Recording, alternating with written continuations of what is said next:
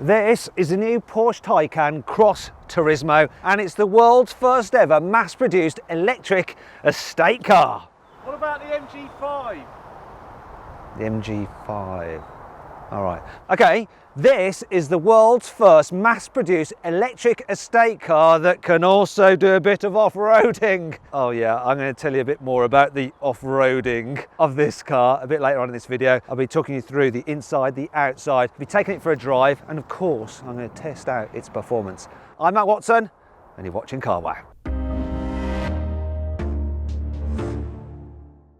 Let's start this video by talking about the price. So the Porsche Taycan Cross Turismo starts from just over £79,000. That's for the entry-level 4 model. This is a turbo, and this costs from £117,000. And like for like, this estate version of the Taycan is about £1,000 more than the normal model.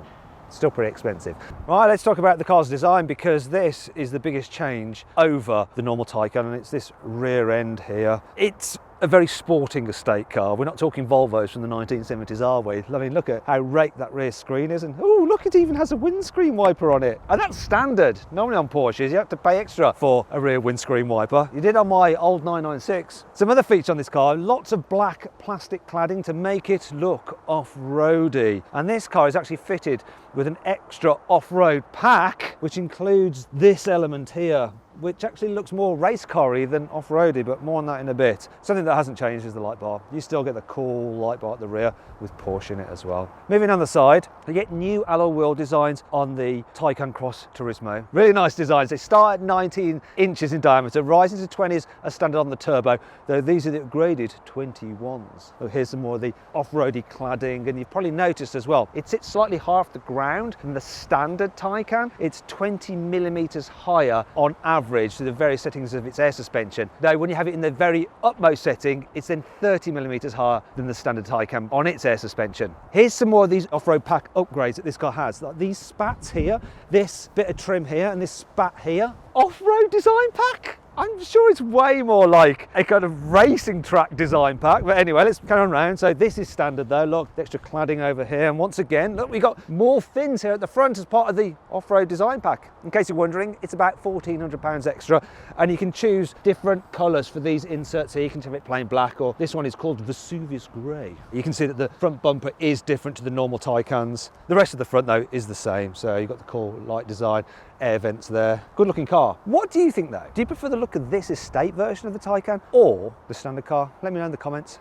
Here on the inside, the Taycan Cross Turismo, in the front at least, is identical to the normal Taycan. So it's a very lovely place to sit. The material quality is excellent. Everything feels super solid. So much so that if you bash your arm off it, it can hurt. You've also got these amazing screens here. So let me talk about the digital driver's display. Very clear. You can cycle through different menus and show different displays. Really like the curved screen on that. It looks gorgeous. Then you've got the main infotainment screen here, which you operate as a touch screen like that. It's got voice commands as well, which are a little bit hit and miss. And you can control it as well using this bit here as a mouse pad. Now that is harder to do, especially when you're driving, and you end up with a big dirty greasy mess on it as well from your greasy fingers. You have to control the climate control through there though. It's not so bad though, because you're just stabbing away, but once again you are having to look down there to do it. Though of course you can try and use the voice commands and see if they'll understand what you're saying. Now this guy has the upgraded optional extra screen for the passenger there. I actually wouldn't bother with one of those, because you don't want your passenger messing around choosing songs, because they might have a little bit of a dig at you. Look, Anyway, you don't want them changing things when you're driving. Speaking of driving, the driving position in this car is lovely, and there's lots of adjustment in the steering wheel, in, out, down and up, and in the seats. So these are the 18-way adjustable sport seats. If you want to, you can have 14-way adjustable comfort seats instead. I go with the sport seats, they just hold you a little bit better. In terms of other areas of practicality, look, huge cup holders there, clearly aimed at the American market for people who like to go for a big drive-through for one of those big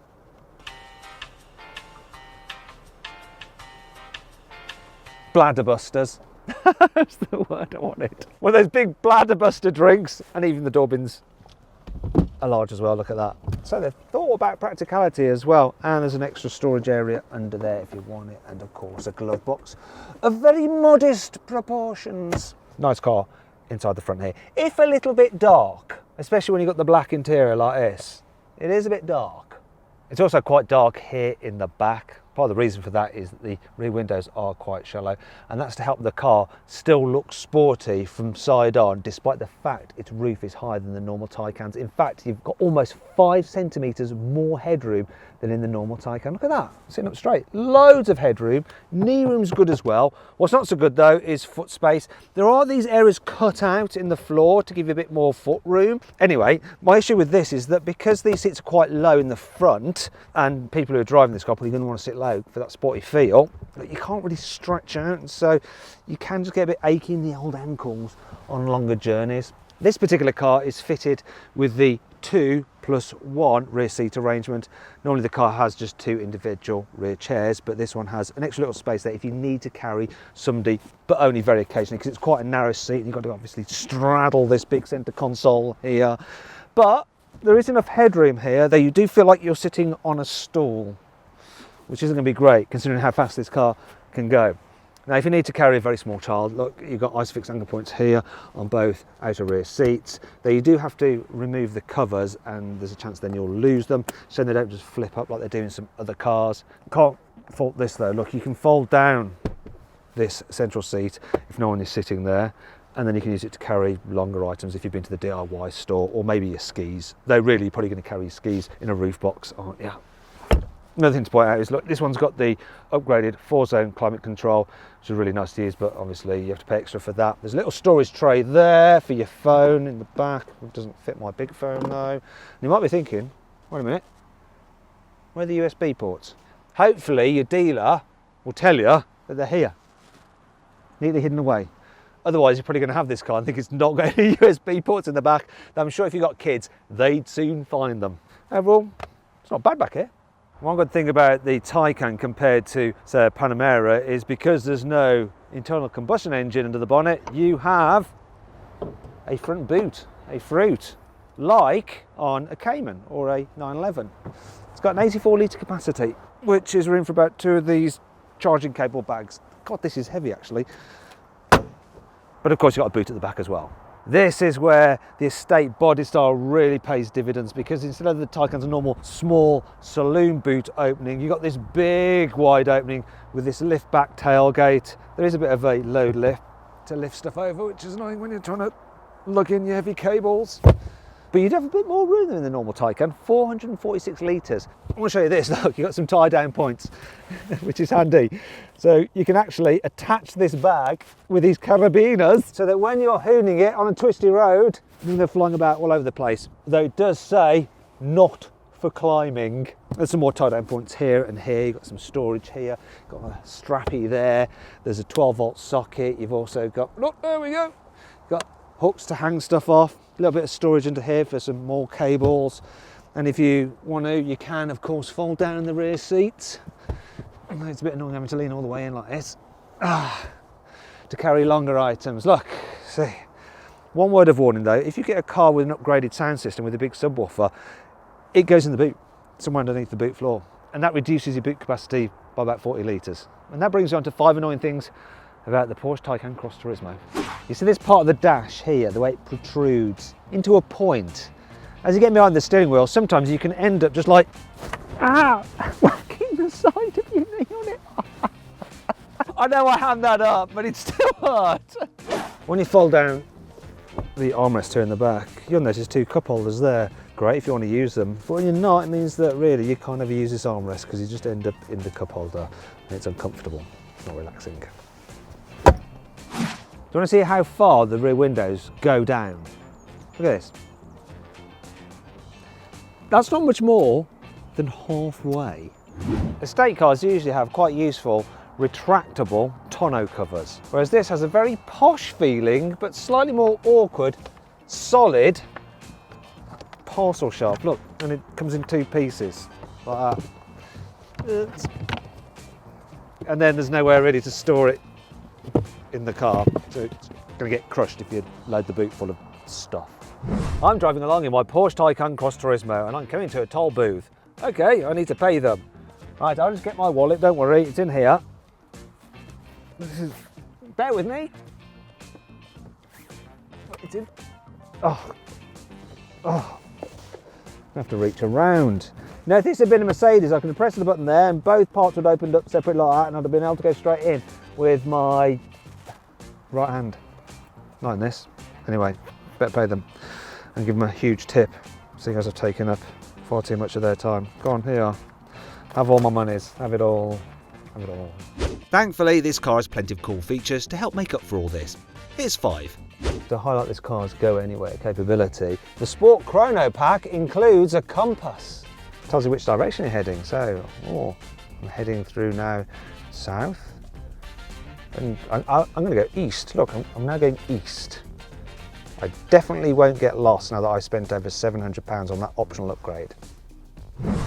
The leather seats have this little logo on them. It says Olia, and that means that the leather on these seats has been made with a tanning process which utilises olive leaves, and therefore it's more sustainable. Unless, of course, you're the cow that has donated the leather, then not so sustainable for you, I'm afraid. If you're the kind of person that likes to go mountain biking, you can get a specific bike rack for this car from Porsche. Obviously they'll charge you quite a lot for it, which means that when you fit it, you can still open the boot with the bikes attached to the car. It's clever. The surround view cameras you can get with this car are really good, high definition, and you can swipe around the car like that, and like you can see the cars we bought with us today. There's my GR Yaris. One slight complaint though is that they haven't managed to match the colour of the car on there to the paint scheme of this particular car.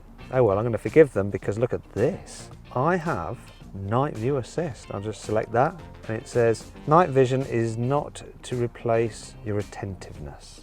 Does that mean that I can't show my girlfriend this instead of buying her a gift for our anniversary? It's cool. It's my Yaris again. This Cross Turismo version of the Taycan gets a special gravel mode. Press that button and it sets up all the systems for driving on loose surfaces. So that includes the torque vectoring, the power delivery, the response of the steering wheel, everything, and of course the ride height. Speaking of which, this car can actually learn as you're driving along whenever you go over like a speed hump or a raised curb, and it'll automatically raise up the air suspension so you don't bottom out. Right, let's talk about batteries and charging. First of all, check out the way you open the charging ports. This is for the AC socket. There's another one on the other side for DC. Speaking of which, each Porsche Taycan Cross Turismo gets an 84 kilowatt hour battery pack, and that's good for a range of up to 280 miles. In terms of charging, this car can actually charge at up to 270 kilowatts. Probably not going to find a charger that quick in the UK, but if you can find one, then it'll charge from empty to 80% full in just over 20 minutes. More likely, you're going to come across a 100 kilowatt charger, then it can go from empty to 80% full in just over 40 minutes. If you're doing it overnight using one of these sockets, an AC wallbox charger, it's going to take overnight to charge it all the way up. In terms of the models, well, starts at the 4S, then the Turbo, which is what this is, and then the Turbo S. The performance of the entry-level car is 476 horsepower and 500 newton meters of torque, rising all the way up to 761 horsepower maximum and 1050 newton meters of torque in the Turbo S model. It's quite a lot of power. Let's see what this Porsche Taycan Cross Turismo feels like to drive. So I'm starting off in normal mode. For this slightly off-roadery version of the Taycan, they've changed the suspension settings, so it's a bit softer. Now that's not to say that it's all floaty, because it's still a Porsche Taycan and that's quite a firm car, but it is a little bit smoother, a little bit more relaxed than the normal Taycan. It does still have that taut edge though, so it feels sporty like a Porsche should, but it just leans a little bit more in the corners. It just smooths out the bumps a little bit better, and probably for day-to-day living, especially in the UK, I think this setup's preferable. Yeah, when you throw into a corner at speed, it still just grips and goes round. Even though it's slightly higher off the ground, it doesn't really make that much of a difference to the way it handles, because the batteries, which is where all the weight is, still nice and low down. So despite the fact this thing weighs like around 2,300 kilos, it does an half corner really well, and then when you put your foot down, oh my gosh, it just flies. This turbo version has 680 horsepower, though that is when you're engaging launch control. And more on that in a moment, because I'm going to launch this car. I'm going to launch it with the suspension in the low setting and in the high setting for fun, but we'll come to that in a bit. When you're just driving normally, you only have a maximum of 625 horsepower. I say only, 625 horsepower. Yeah, that's a lot. And this thing sure as shifts. Let's come out of normal mode and go into Sports Plus. So what that's done now is stiffened everything up. It's in maximum attack setting.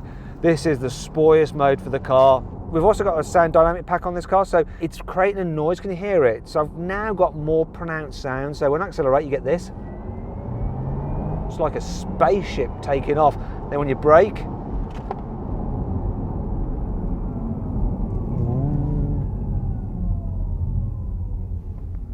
it's a bit like your washing machine just coming off spin cycle and winding down. God, the acceleration is nuts. And the best thing about this car compared to the normal Taycan is that you can take it for some moderate off-roading if you wish. And Porsche's done quite a bit of B-roll of this car skidding around on gravel and stuff, so I'm going to show you a little clip of that now because I don't have any gravel that I could do. Well, there's some gravel there. So I go into gravel mode. I'm going to go into gravel mode. I'm lifting up the suspension.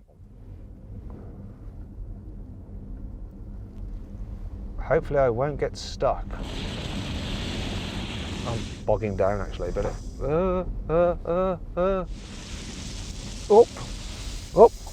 Yeah, enough of gravel mode. That's gravel designed for like trapping cars when they spin off the track. It didn't trap me, thank God. Oh, let's go again. Oh, let's get out of gravel mode. Let's go to sports mode. So when I put it into gravel mode, obviously it raises the suspension. Now it's lowering it back down again, so I'm back in sports plus. Another thing this car has, because it's the turbo, you get torque vectoring across the rear axle, so it can send more power to the rear wheel with the most grip. It's also got tungsten carbide coated brakes, which are like a halfway house between normal iron brakes and carbon ceramic, so they resist fade better than just normal iron brakes. Huge brakes as well, 410mm disc at the front, gripped by 6 piston calipers. At the back it's 385mm disc gripped by 4 piston calipers. If you go for the Turbo S, you get carbon ceramics as standard. Anyway, let's check the braking out. Whoa, that braking's really strong. Obviously when you're braking as well, if you do it a bit more smoothly, then you're using regen. You're recouping energy and putting it back in the battery to help maximise your range. Anyway, it's time to check out the acceleration.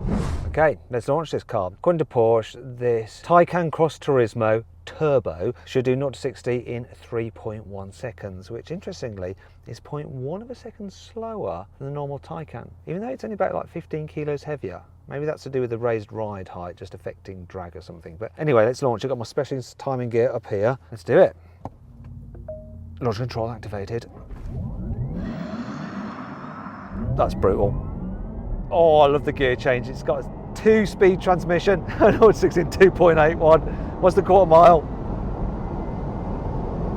10.86. That is quick.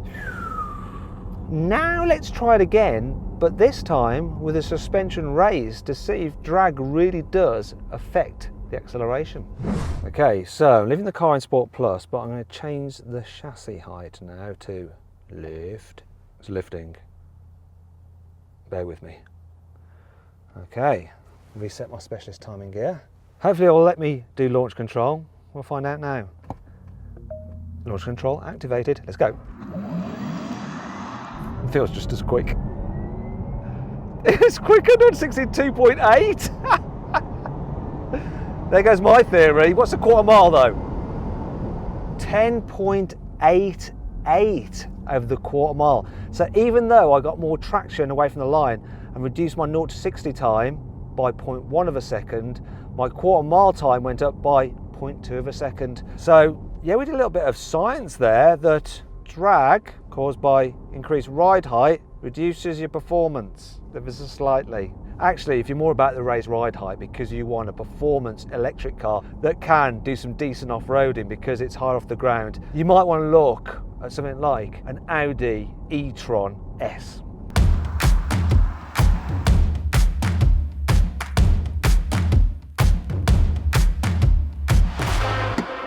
So then, what's my final verdict on the new Porsche Taycan Cross Turismo? Should you avoid it? Should you consider it? Should you shortlist it, or should you just go right ahead and buy it? Well, if you're looking for an electric estate car that can also go off-road, you really have no choice.